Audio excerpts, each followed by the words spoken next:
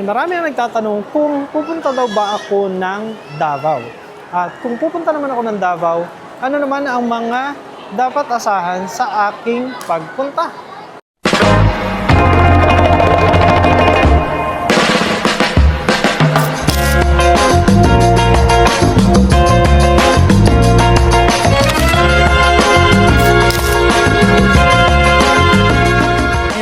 Ayan, so magandang araw po sa inyo lahat mga kababayan. Ngayon nga ay bumalik tayo ng Santa Rosa para nang sa ganon ay magawa natin yung mga bagay na kailangan natin gawin. Kagaya ng pagbili natin ng school supplies, pag-claim ng mga remittances na pinadala ng ating mga sponsors, pagbili ng mga gamit ng para sa scholars na pinapabili rin ng ating mga sponsors.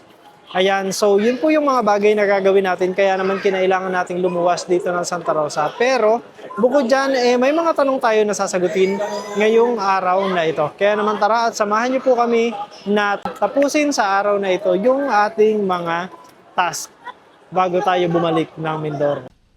Ayun po mga kababayan, so ngayon naman po ay nandito naman tayo, bumalik tayo dito sa iMart sa Binyan, Laguna dahil bibilihin po natin yung additional school supplies na gustong ipamigay ng isa nating sponsor para din dun sa mga estudyante doon po sa Mindoro.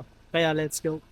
Ayan, so mga kababayan, bumalik po tayo dito sa Binyan, Laguna para bumili tayo ng mga school supplies na karagdagan na ipapamigay natin dun sa Mindoro. Kasi nga, meron pong humabol na sponsor para makapagbigay din po ng mga dagdag na school supplies. Kaya ngayon, nandito ulit tayo sa iMart sa Binyan, Laguna para mabili natin yung school supplies para sa additional na 50 na beneficiaries dun sa Mindoro.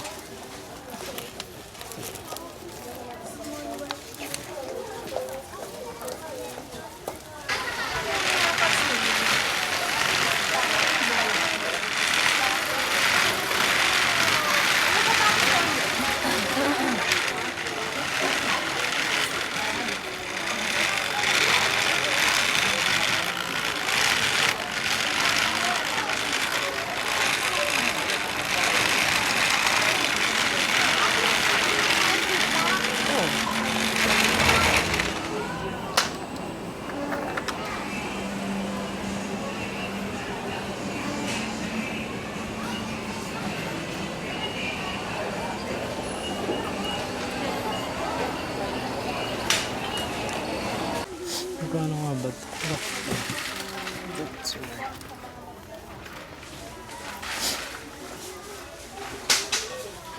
Ilan ito?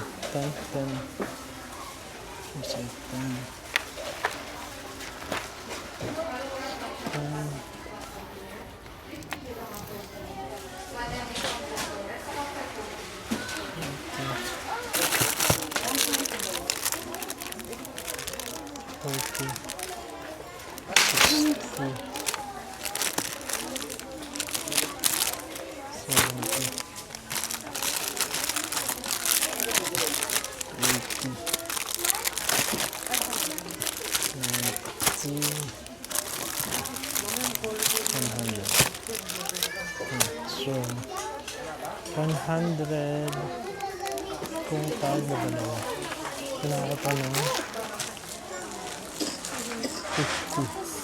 50 pieces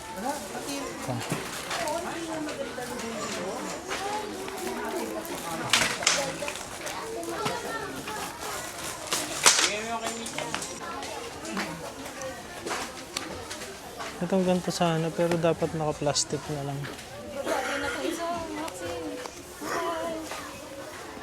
Wala na ako plastic. Wala.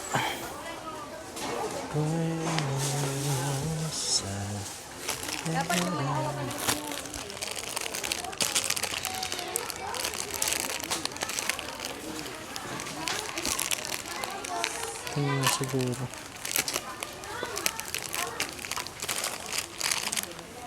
2, 4, 6, 8, 10. Ano pala ba ito? 20.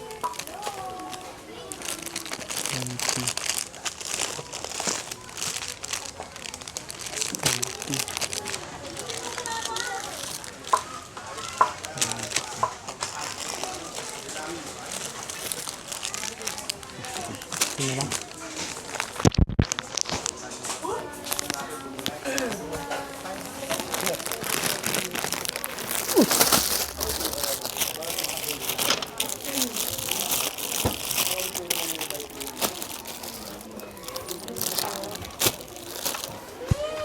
Tapos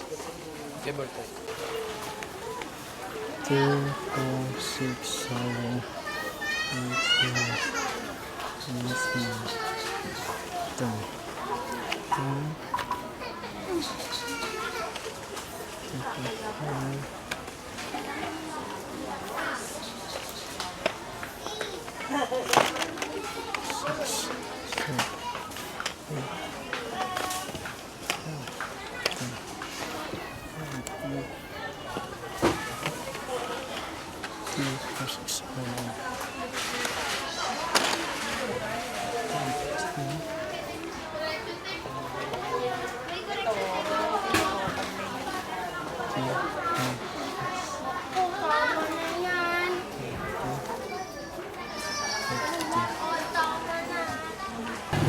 Ayan, so ito na po yung mga napamili natin na mga gamit ng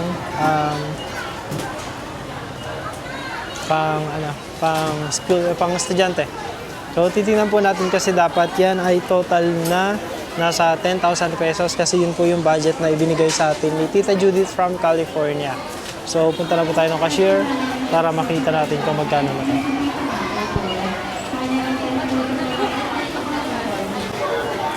Ayan, sobrang haba po ng pila. Kahit sa ang linya ng cashier ang haba ng pila. So medyo matagal-tagal na paghihintay.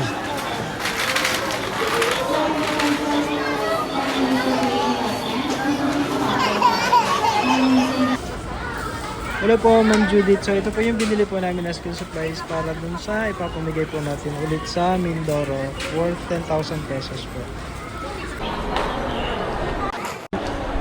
Okay na, basta na.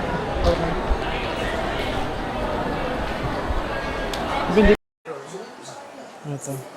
So ito po yung bibilihin natin na phone which is Galaxy A17 LTE. Then yung price niya is 12,490. Itong 12,490. Kasi yung sponsor po kasi in-insist niya na gusto niya nung quality na phone.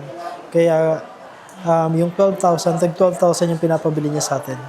So ito po yung bibilihin natin na phone. Nandito tayo ngayon sa Samsung sa Santa Rosa. Okay? Ayan. Sige, yan na lang. Ito na lang.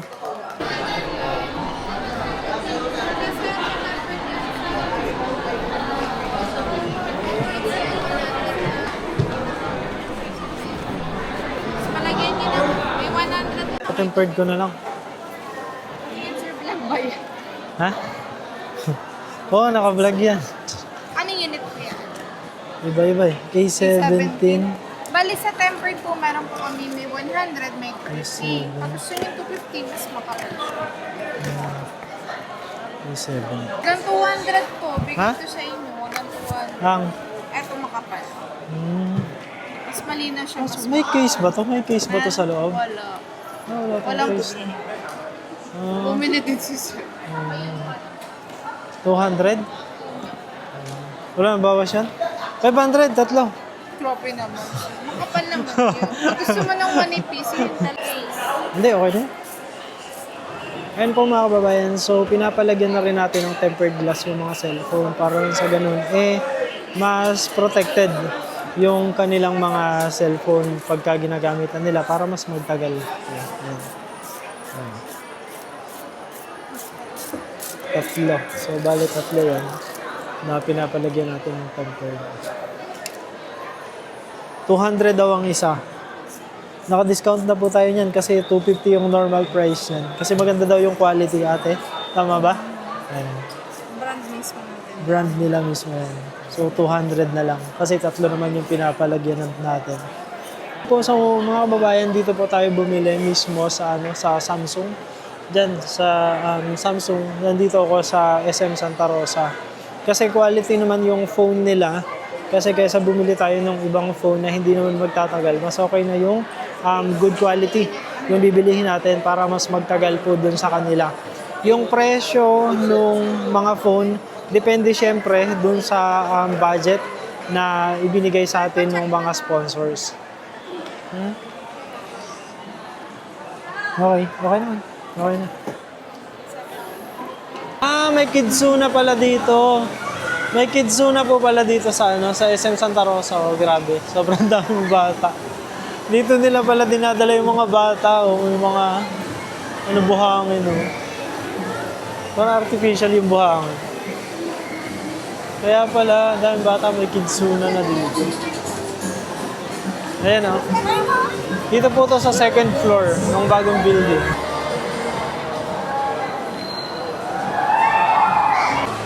Bowling. Ngayon po mga kababayan, so kung matatandaan po ninyo, meron na po tayong kabuuan na 5 scholar dun sa Mindoro. Yan po ang kauna-unahan nating scholar na si Christine, and then karagdagan si Momay, si Motya, si Bella, si Boying, at ngayong araw, I'm very happy to announce na hindi na lamang po sila 5, sila po ay 6 na ang ating scholar dahil yun pong ating pinakahuli na feature na isang batang mangingisda na si Kiel, siya po ay isa na ring ganap na scholar.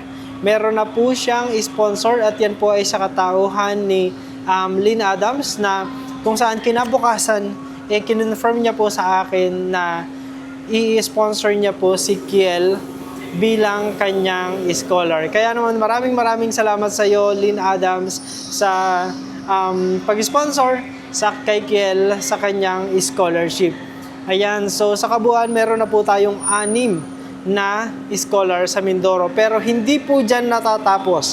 Dahil, bagamat hindi pa po natin nakakausap si Karen, hindi pa natin siya nababalikan, mayroon na pong isang tao na gustong siyang i-sponsor kung, yan po ay kung papayagan siya na mag-aral sa Talaw-Taw. At kahit ako din po, siguro yun din yung magiging kondisyon din dun sa pagiging scholar ni Karen. Yun ay kung makakapag-aral siya sa Talaw-Taw dahil ayaw naman po natin mangyari na dun siya mag-aaral sa Pinagbayanan habang nandoon siya sa Sitio Agbakong dahil baka hindi po siya makapag-focus dun sa kanyang pag-aaral.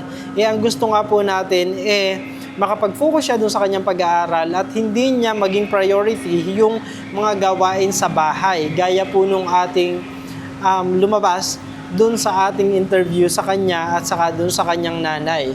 Kaya naman, sa pagbabalik po natin sa Sitio Agbakong, pupuntahan po natin si Karen at alamin natin kung siya ba ay papayagan ng kanyang mga magulang na mag-aral sa Talaw-Taw. Dahil kung siya po ay papayagan, meron na rin pong isang tao na gustong mag-sponsor sa kanya bilang kanyang dagdag na scholar. So kung sino po yan, malalaman po ninyo yan sa mga susunod na video sa atin pong pagpunta kay Karen at hopefully, payagan po siya ng kanyang mga magulang na makapag-aral.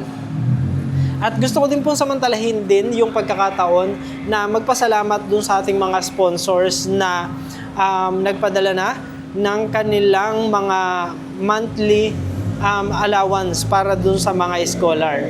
So, ibig sabihin lamang po niyan na maipapabot na natin ang mga allowance ng mga scholar dito sa susunod na linggo. Dahil nga po ang simula ng pasukan ay June 8, ibig sabihin lamang niyan, kailangan na rin nilang makatanggap ng kanilang mga allowances. At gaya po nung nasabi natin nung nakaraan, ang allowances po ng ating mga scholar ay ma-manage po natin in a way na sisiguraduhin natin na weekly nila marireceive ang kanilang allowance para nang sa ganun ay makasiguro tayo na kada week ay meron po silang allowance at hindi isang bigayan sa unang petsa ng buwan kasi baka magamit sa ibang bagay or baka maubos kaagad nila at sa mga sumunod na linggo ay hindi na po sila makapasok dahil wala na silang allowance. Ito po ay ang ating pamamaraan para ma-manage natin ng maayos at masiguro na ang ating mga scholar ay pumapasok linggo-linggo dun sa kanilang mga paaralan. So, Ayan po ang ating update mga kababayan, at kung napansin po ninyo, nandito po ako sa parking ng SM. Nandito po ako sa SM Santa Rosa. Tapos na po namin na magawa yung mga kailangan gawin. Nakapamili na rin po kami ng additional supplies. Nakuha na rin po natin yung mga kailangan natin kuhanin at bilhin, yung mga pinapabili ng mga sponsor para sa kanilang scholar. Kung ano po yan, abangan po ninyo yan sa ating mga susunod na video. Ayan. So bukas po kasi, well, kakaluwas ko lang po kahapon, Friday. Ngayon po ay Sabado, which is bukas naman po, pabalik na po ulit ako ng Mindoro. Kasi nga kailangan po nating bumalik naman na Pinagbayanan at puntahan din ang ating mga scholar. Kaya naman, napakamabilis lang po nung ating naging pagluwas at bukas po tayo ay pabalik na. Ayan po mga kababayan, at yun nga po dahil marami po ang nagtatanong kung pupunta daw po ba ako ng Davao? So, ang sagot po dyan ay yes. Pupunta po ako ng Davao. Pupunta po kami ng Davao. I think lahat po kami ay nandoon sa Davao next week dahil nga kaarawan ni PJ. Ngayon, ano naman ang mga dapat nating abangan sa next week pagpunta namin doon? Syempre, mas maraming kasiyahan, mas maraming kulitan. At yung birthday ni PJ, gaya po ng nasabi niya, ay napaka-espesyal na paraan pa rin ng pagsi-celebrate. Siyempre, yan ay ang pagtulong pa din. So, sobrang excited ako sa kung ano kaya ang magaganap na buong team yung nandun para gumawa ng charity sa kanyang kaarawan. And siyempre, bukod pa dun sa charity na yun, for sure, maraming kakaibang magaganap. Dahil nga nandun lahat, so kanya-kanyang kanya-kanyang isip ng pakulo, ng pag-games, ng mga ganap. So yan po yung isang bagay na abangan po ninyo mga kababayan. So may mangyayari ba na interview? Hindi ko pa po kayo sasagutin, pero yan po ang abangan ninyo. Malay nyo, mangyari na yung matagal nyo nang nire-request sa akin. So abangan po ninyo yan. Abangan po ninyo ang pagpunta ko ng Davao, ang pagpunta po naming lahat ng Davao. At syempre, dun po sa mga ganap natin pagpunta ng Davao, abangan din po ninyo. Ganun din yun, yung mga charity po na gagawin pa natin sa Mindoro dahil kailangan ko pa pong umuwi ng Mindoro. Dahil magfi-fiesta naman po sa amin ngayong June 12 and 13. So bago po ako lumipad ng Davao, ako po ay makikifiesta muna doon sa aming barangay. Yun po yung update mga kababayan, kaya naman abangan po ninyo yan. Muli po mga kababayan, lalong-lalo na po sa ating mga sponsors, maraming salamat po sa inyong suporta sa ating mga scholar. At ganun din po sa ating mga viewers and subscribers na walang sawang nanonood, nagko-comment, nagla-like, nagsishare, nanonood without skipping ads. Maraming salamat po sa inyong lahat. Abangan po ninyo ang mga susunod pang magaganap sa mga susunod na araw. At muli po, kung nasa sang panig man po kayo ng mundo, magandang umaga, magandang tanghali, magandang gabi, magandang araw po sa inyong lahat. At lagi po namin prayers, tayo pong lahat ay i-bless ni Lord. God bless us all. Thank you everyone, and may you have a good rest of your day. Thank you.